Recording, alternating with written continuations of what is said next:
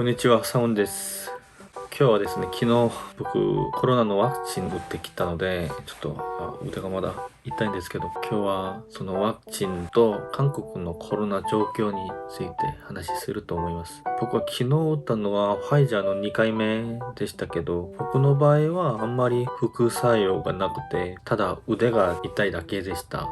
1回目の時も腕が痛いぐらい、そんぐらいだけだったし、この周りの人は2回目の方がもっときついって、もっと痛いって言ったから、本当に心配してたんですけど、僕の場合はあんまりそんなになんか痛くはなかったんです。ちょっと頭が痛かったけど、実は今日研究室のミーティングがあって、その準備がしたくないから痛くなったかなと思うぐらい、そんな小さな感じ。あんまり痛くはなかったから、それがみんなが言うのにきつくはなかったです。でもちょっと怖いから家の近くの薬局でこれ薬を買ってきて、なんか1個ぐらいは飲んだから、多分そのおかげでちょっと痛くなかったかもしれないです。でもあんまり副作用はなかったと思います。でも腕は2回目が1回目よりは痛くて、動くのがちょっと痛いです。最近韓国のコロナとかワクチンの接種率がどんどん高くなって、先週よりも本当にその感染者が出るのが低くなって、今はなんか全国で1000人ぐらいだと思います。でもまだその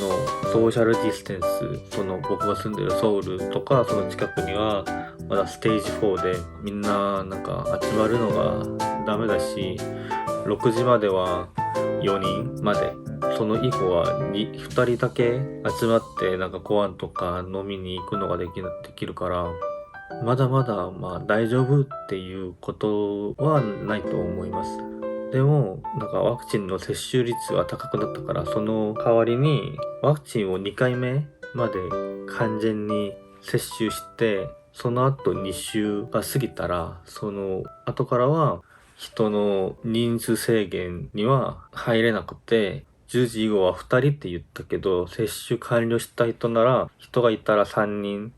4人、最大6人ぐらいは会えることになりました、最近は。最近は接種が終わった人がちょっと多くなって、ご飯食べに行くときは4人以上の人がよく見えることになりました。動画を撮る間になんか状況が変わって、変わった情報をまた修正して話すると思います。なんか、その動画がアップする、その、今週のその月曜日からソウルは普通の4人と接種完了した人が4人がいたら8人集まるのができるし、接種完了者がいたら夜も朝も8人はできるってもう情報が政府から来ました。まあ、それ以外はまだ、まあ、店の閉店時間とかはまだ変わってないんですけど、まあ、少し変わったのは、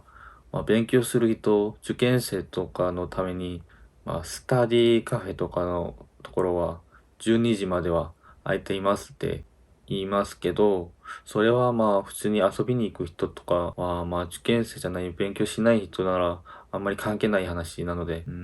まだまだ営業は10時までで、人の人数だけワクチンを全部打った人を合わせて8人までに変わっています。そして、その接種完了を確認するのがどうやってできるかとしたら、韓国は政府からのアプリでその個人情報を入力したら、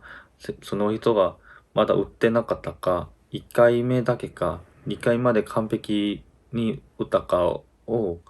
アプリからの情報が出てるし、そのアプリじゃなくても、まあ、韓国は家族をみんな使ってるから、その家族から接種できたか、接種をまだしてなかったか、1回目だけしたか、2回目まで完璧にしたかを確認するのができます。それで、店で、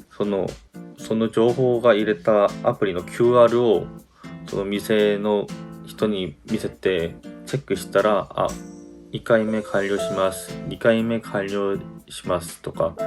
情報も出てるし、もしその店からコロナが出たとしたら、その QR をチェックした人たちにすぐ家族とか、普通の電話番号からのメール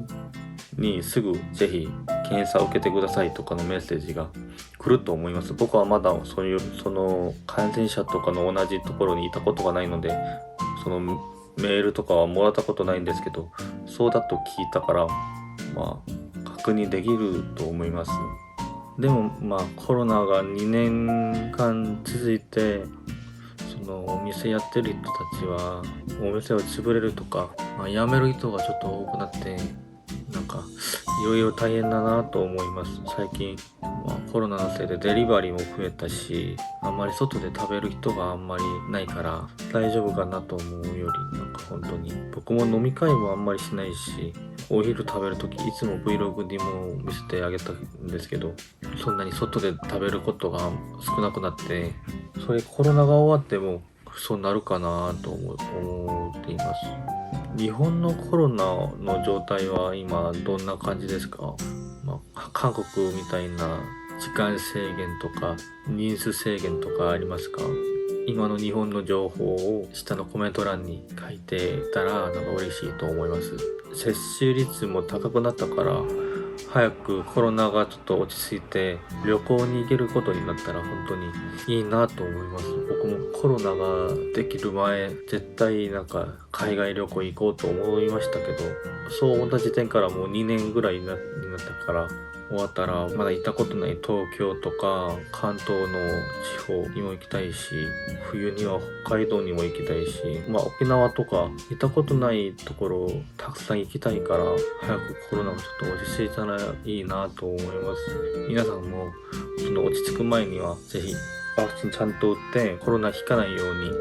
気をつけてください。なら、もし僕のチャンネルから見たい動画があったらコメント欄にぜひ書いてください。この動画が面白かったらチャンネル登録と高評価をお願いします。そしてインスタグラムもやっているので、インスタグラムもフォローしてくれたら嬉しいと思います。なら次の動画でまた会いましょう。バイバイ。